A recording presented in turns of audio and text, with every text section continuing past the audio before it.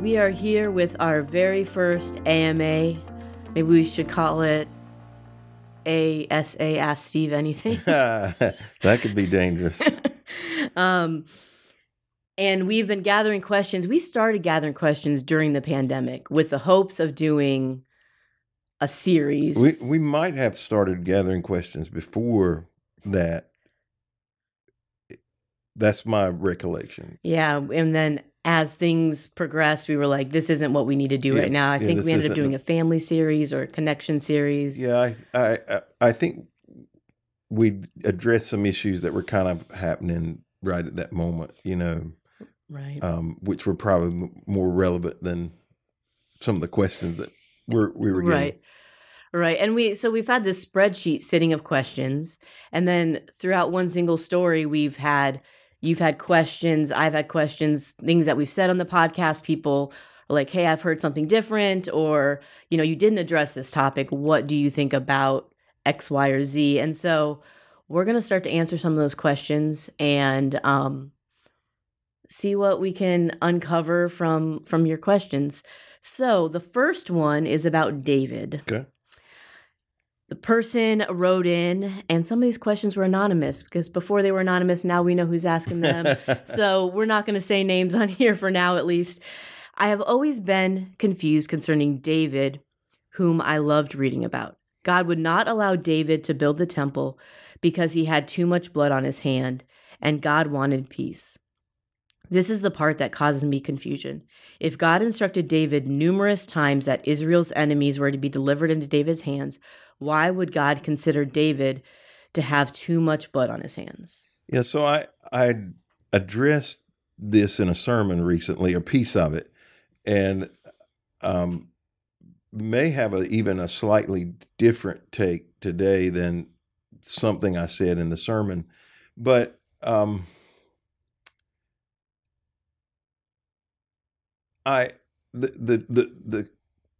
reality is that being obedient to God in a specific area of our life may eliminate other opportunities. It doesn't make it right or wrong. It just may eliminate other opportunities. If God has called me to be a pastor, it's very difficult for me to do some other things. Like I can, I do have owned businesses, but there are still limitations to what my involvement. So I don't think it makes it a right or wrong thing. In this case, I think we're given some explanation, and I think we have to look at what God was wanting, so kind of God's first response. If you go back to like 2 Samuel 7, when this first comes up, he asked Nathan about it, and Nathan says, yes, go do it. And then Nathan leaves, and I don't know whether he's praying or what. He has this revelation from God that, no, he's not supposed to. So he goes back to David and says, no, you're not supposed to. But we don't get quite as much clarity in that initial conversation as we do later, particularly in Chronicles. And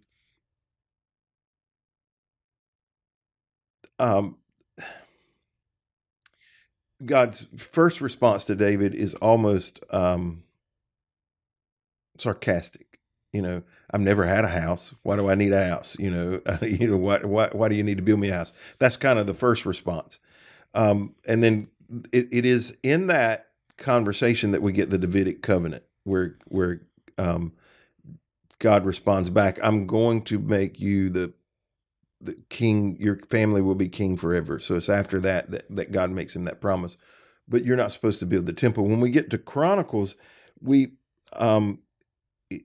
it's written, and the thing about Chronicles, it's written so much later that it's hard to figure out if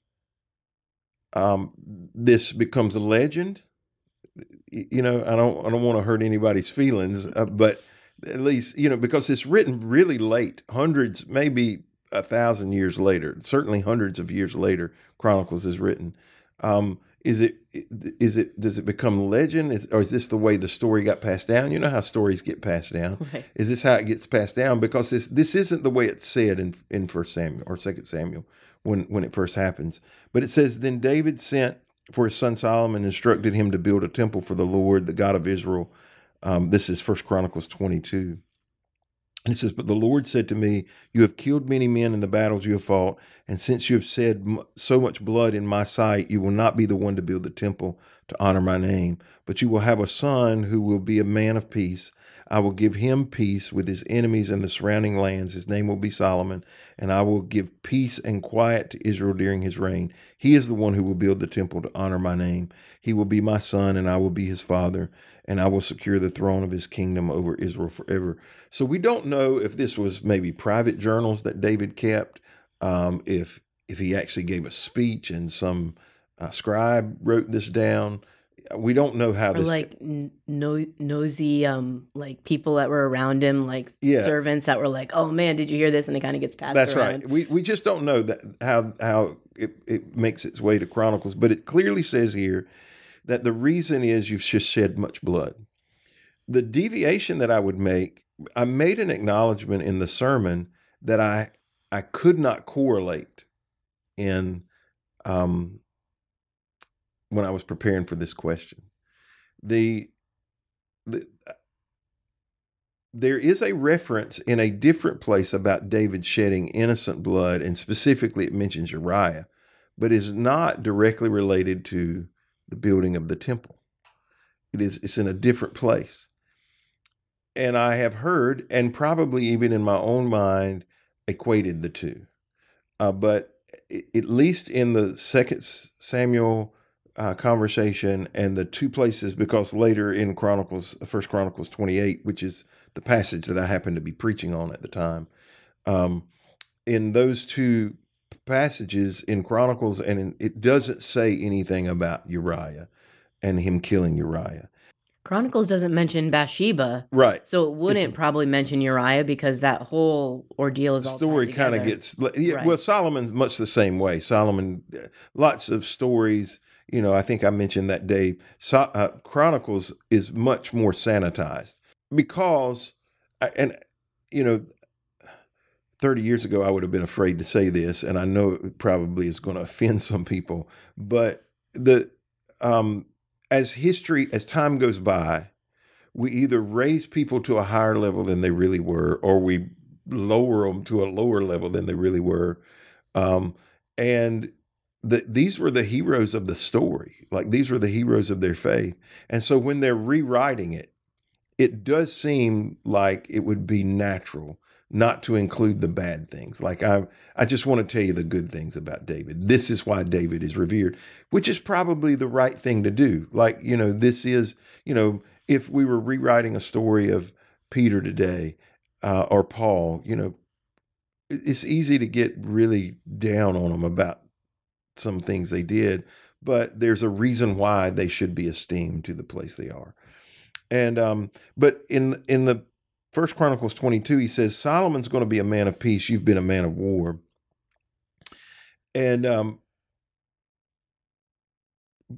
God, when he had a temple built, like, one of the things I believe he wanted was for it to be a house of prayer, which was spiritual warfare, not physical warfare. And I don't think it's a matter of whether it was right or wrong. I think David was fully obedient in being the warrior that he was. I just believe that sometimes being obedient disqualifies us from doing other things, or at least eliminates that possibility from our life. You know, even like if today I said I want to be a lawyer, it would be nearly impossible to pull that off. Could I go to school? The answer is yes. But there would be so many other things that suffered to be able to do it that it probably doesn't make sense. So in order to be here, I have to eliminate some other things in my life. So I don't think it's a right or wrong thing. I don't think we can look bad at David because he was obedient and he didn't get to build the temple. Right. And another topic that you've talked about recently is every generation has something that it's doing. They needed to clear out and make the people safe before they could have a place to worship. Right. And so I think that was part of the process too, is that, you know, Solomon was able to do that because David had created the peace. Yeah. And, you know, it is one of the dangers is that we think either we have all the answers or we have to do everything. You know, as I get toward what I believe in the next 10 or so years is going to be the end of my time as a full-time pastor. It may be 15 years, I don't know, but I see it as a kind of a 10-year thing. I consistently think not just about what it is I'm supposed to do, but what am I setting the next person up to do? Am I setting them up for failure? Because even in we've had meetings, and I can dream big, and sometimes people will say, maybe the next person coming behind you would not have that burden, and so why do you want to saddle them with it? And so I think David set Solomon up for success, but it just wasn't his job to do. So our next question about David is based in 2 Samuel 22 in verses about 5 through 16. The question is David seeing a vision, or did he actually see all of this? I think is this something that happened in front of his eyes, or is this maybe more of a dream-like setting? So some of the things he says here, and it's a psalm basically that is in 2 Samuel, and it's a very long chapter. It's about 50 verses, and it's all this psalm. And some of the things that it says, the waves of death overwhelmed me, floods of destruction swept over me, the grave wrapped its ropes around me, and death laid a trap to my path. But in my distress, I called out to the Lord. Yes, I cried to my God for help. He heard me from his sanctuary. My cries reached his ears. Then the earth quaked and trembled. The foundations of heaven shook. They quaked because of his anger. Smoke poured from his nostrils. Fierce flames leapt from his mouth. Glowing coal blazed forth from him. He opened the heavens and came down. Dark storm clouds were beneath his feet. Mounted on a mighty angelic being, he flew, soaring on the wings of the wind. He shrouded himself in darkness, veiling his approach with dense rain clouds. A great brightness shone around him, and burning coals blazed forth. The Lord thundered from heaven. The voice of the Most High resounded. He shot arrows and scattered his enemies. His lightning flashed, and they were confused. Then at the command of the Lord, at the blast of his breath, the bottom of the sea could be seen, and the foundations of the earth were laid bare. The question again was, is this a vision, more of a dream, or did he actually see all of this?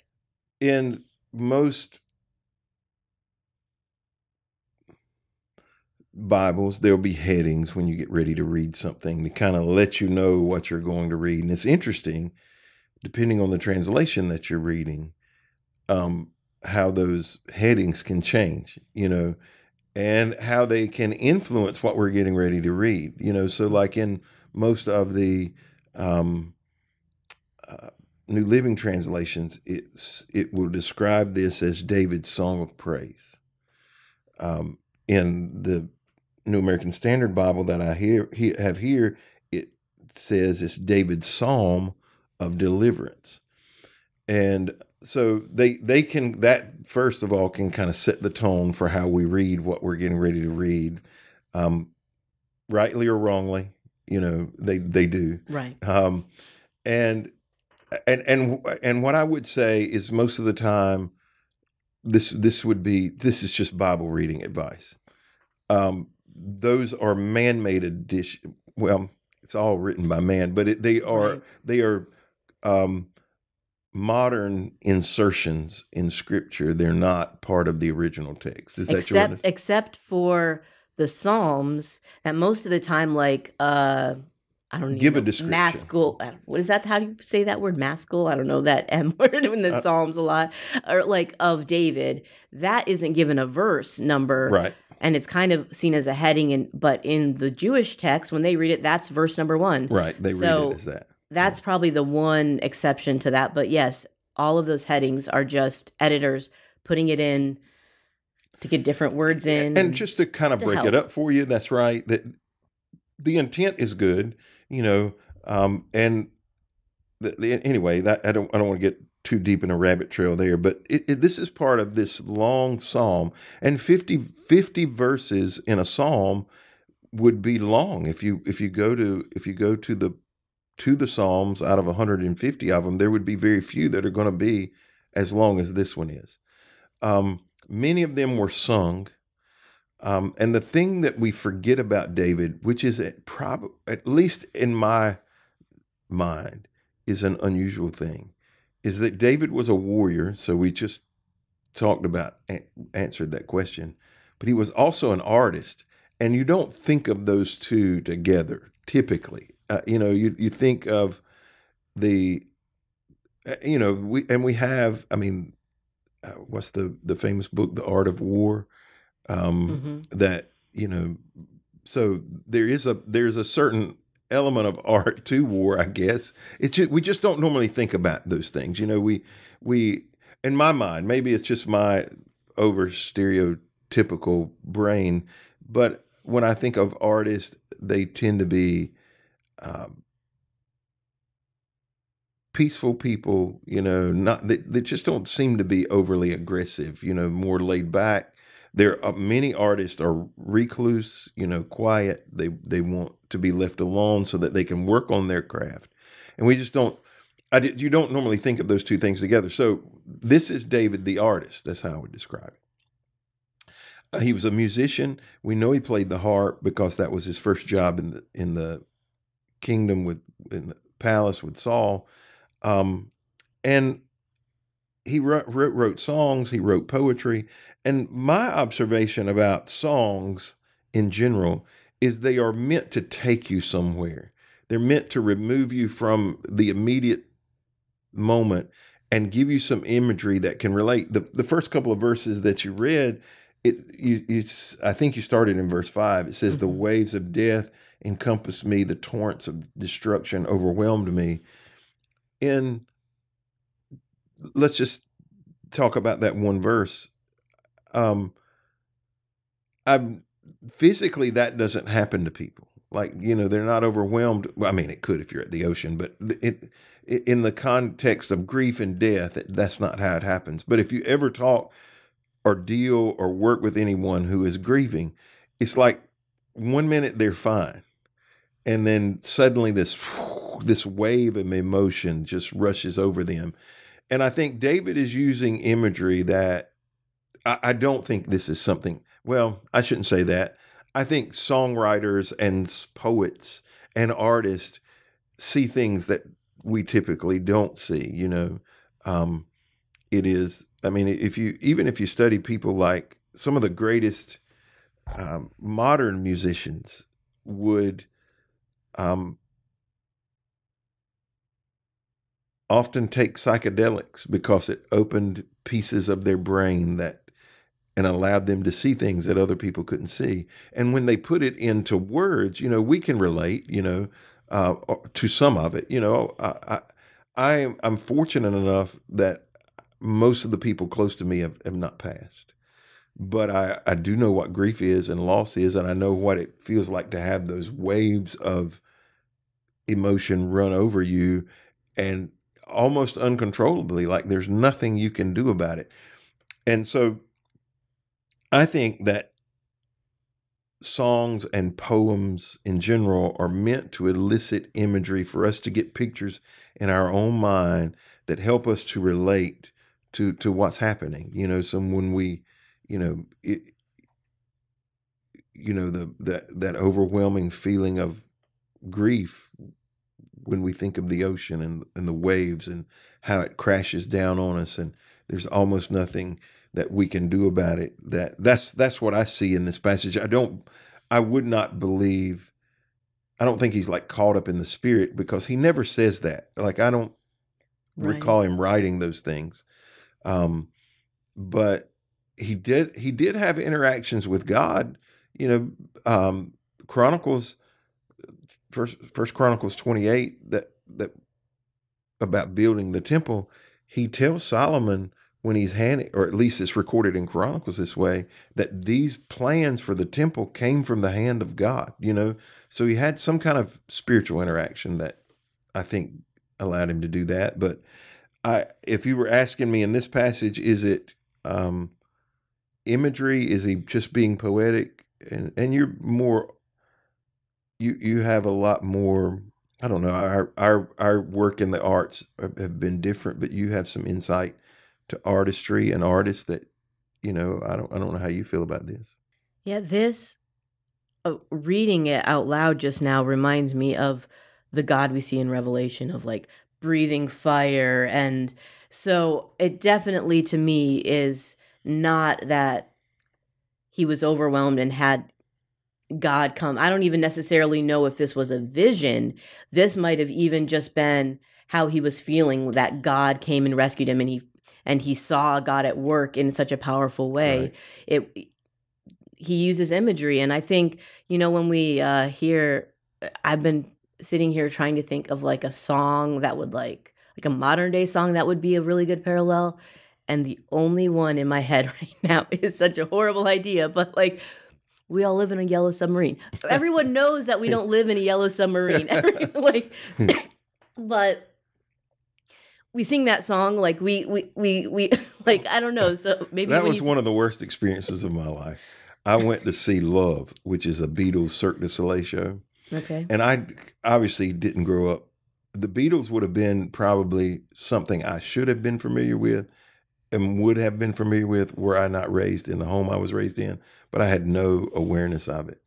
And I felt like I needed some LSD to slow everything down so that I understood what was going on, because there was a lot of imagery, strawberry fields. I mean, right? Isn't that that's a Beatles song? There's a lot of that imagery.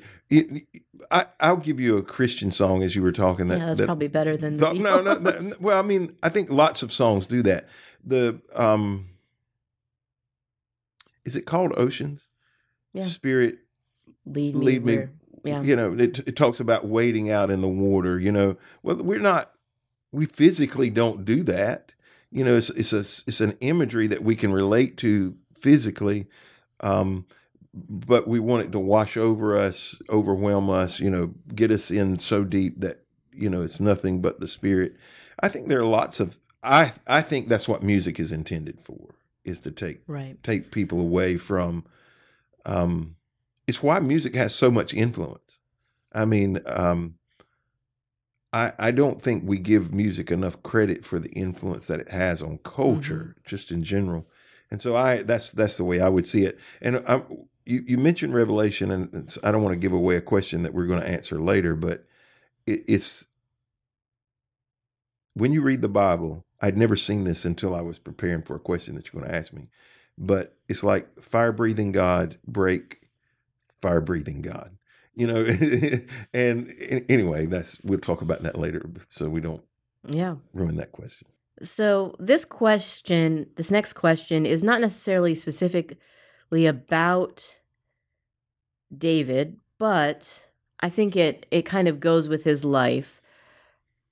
How do you rebuild your testimony is the question. David had a lot of things go wrong in his life. Family members do bad things. He did bad things, but we still look at him as an example to follow. How do you rebuild your testimony? Well, let me say a couple of things, because maybe somebody listens to this podcast and they think the word testimony, which is a really spiritual word, when somebody says this in the church world, that word testimony could be interpreted numerous ways. Outside the church, we mostly are going to think of testimony as something that happens in a court trial. I would, for somebody who's not a churchy person, what I believe the intent of this is, how do I rebuild my reputation might be a word that, how do I get people to respect me again when I've made mistakes. And this is something that there's a real tension in the church about.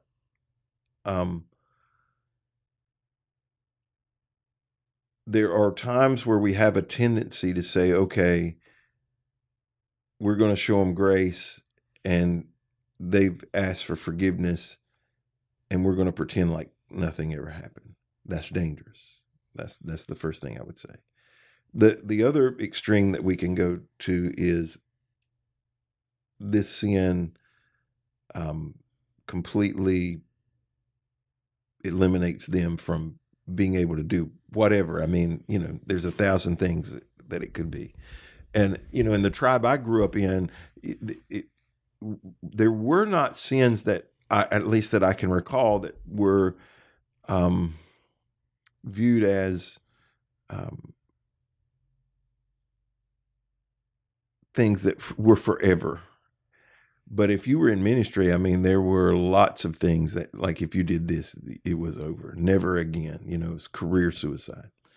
For me, though, to specifically how do I rebuild my testimony or my reputation or rebuild trust, from a spiritual perspective, the first thing I think has to happen is there has to be clear repentance.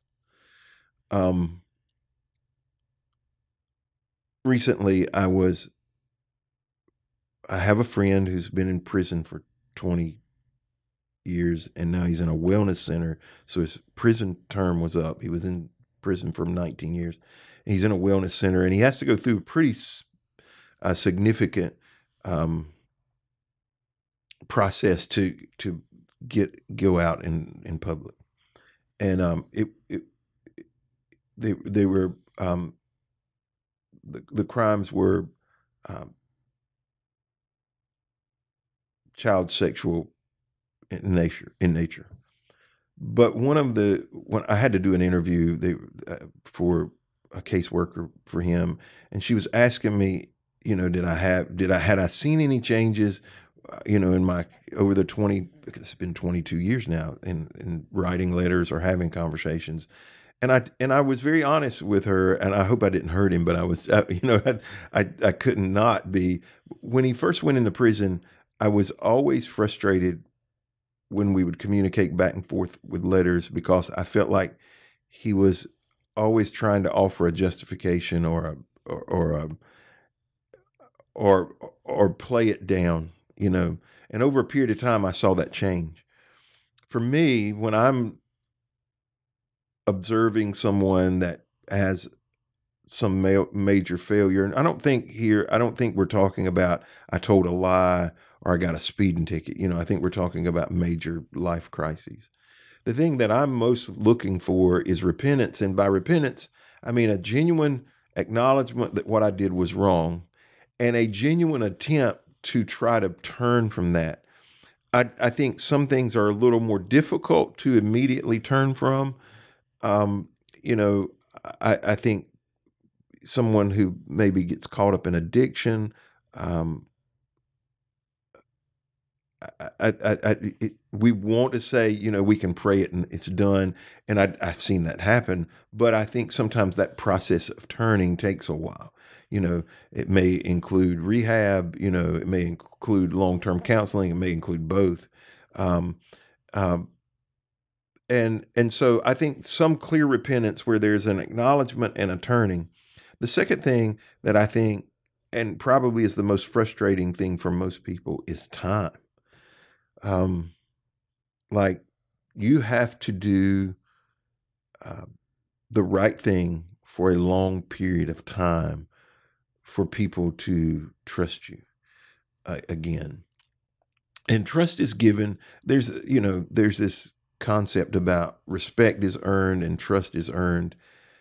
And the older I get, the more I somewhat disagree with that. Trust is given and respect is given. I have to determine whether I'm going to give it or not, and so I think time allows me to decide whether that person has made it safe for me. When you, for example, have had some bad experiences in church, and I feel confident that when you first came here, for a long period of time, you were wondering when somebody was going to do that to you here, harm you, hurt you. And I don't mean it like life is perfect and we're perfect, but I think it took time for you to trust me or us, and I think that's true anytime that there has been a foul. And the interesting thing about it is when somebody's been hurt, other people have to deal with that, Right. that it's held against everybody else that's in that kind of situation. But I think it takes time. I think, in that time, there has to be some consistency and faithfulness that people give. There has to be obedience, to do what's right scripturally. I think there has to be some extra caution taken.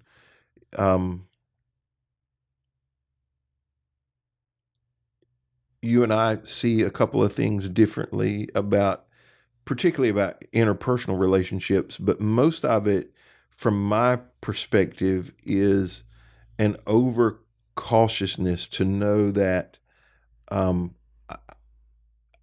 I don't have the room there for somebody to question me, because I have, it's like if this is really, really oversimplified, but it's a stupid example, but it's what pops in my head. If you've been accused of robbing a bank, you don't go to the bank to cash your check with a ski mask on and a gun, showing, right? Because you just don't have that. You don't have the same leeway. If you've been accused of stealing money, you want to get as far away from the ability for you to be able to do that as you possibly can. I think that, there's this term, I heard somebody use it recently about a dry alcoholic who continues to hang out with the same people, go to the bars, even though they don't drink, but they're constantly pulled back into it. There are things that I'm very, very, very cautious about because of mistakes that I've made. And I just don't feel like I have the leeway to recover, to create those questions in people's lives. And so, I think that extra caution is true. And the last thing I would say here is you will never get to a place where everybody's over it. Ever. Like, and I probably handle this better than other people do. I recently was having a conversation with somebody. They were really frustrated about something that had happened years ago that it had come up in a conversation, and they were like, why? Why are we talking? Why would they talk about that? And I was like, for many people, like, it will be at the forefront of their mind every time they see you. I suspect there were people when they saw David, the first thing they thought of, if they knew about Uriah, was Uriah until the time David died, but we see over time the reason why Chronicles is able to sanitize David's story and why David is revered the way he is because David did have a heart for God. And if you look over his whole life, he was mostly obedient and mostly honorable. He obviously had some weak points. And I answer this question from a viewpoint of, in a place of having lit a dumpster fire in my own life, probably more than once. And now I have to think through those things a little bit differently. And I also have to, just as much as you want people to show you grace, you have to show other people grace and say, you know what? They see this from a different point of view than I do. And I have to be okay with that. I don't know. Maybe you have some insight on this. I think the two keys that you said were repentance and time, because this isn't even necessarily about rebuilding your testimony, but rebuilding the relationships with the people. Because if people were so far in the periphery that they weren't hurt by your actions, it's a lot different to rebuild your testimony. They see you back and doing good things. They're not going to be hurt by it. I think it really is about that reputation and about just taking the time to rebuild that. I think that that's the key.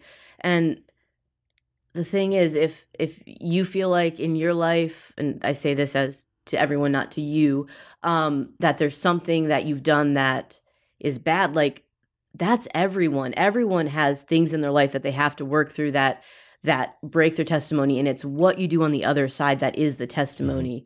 The trial is the trial, and then after you get to it, you can show that you've changed. And we all have those moments in life where we fail, where we ignore things we should have done, where we do things we shouldn't have, like that is part of life. So we have to be able to pick ourselves back up, find those people in life who are willing to help us and to stand beside us, who've gone through it too.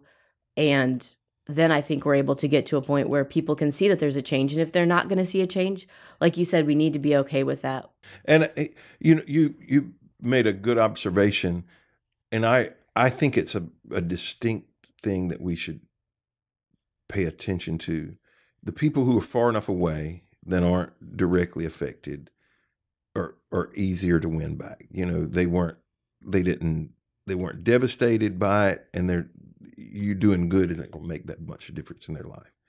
The people who are closest to you, like that love you dearly, are going to come around fairly quickly, and they're going to rally around you. The two places that is hardest to win are the people who you've directly hurt, like you directly did something to them. That's the first person. And then those who were close that were directly impacted by your choices, but maybe not close enough to feel like, yeah, I got to rally behind this person. Right. Those are the hardest people to win back. It could be in a workplace environment. There may be people who are beholding to you that are going to stick by your side, but if you make a stupid mistake, and in our world, it's often moral failures that happen. You leave those people, their reputation feels tarnished. They've got extra work to do.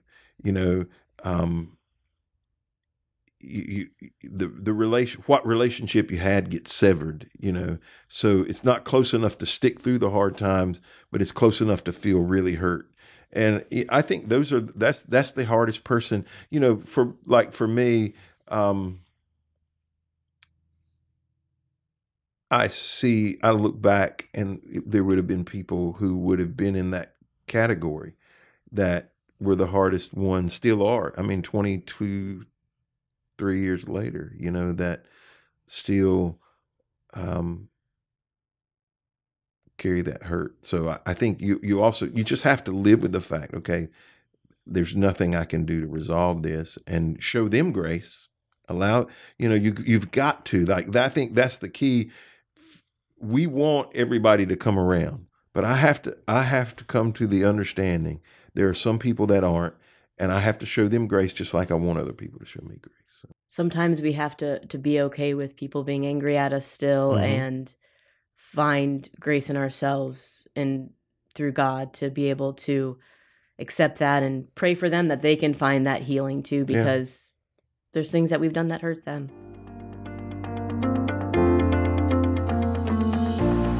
Thanks for listening today to this episode of Ask Us Anything. If you have a question that you would like to be considered for a future episode, you can send us an email at onesinglestory@visitopendoor.com or ask in the Church Center app.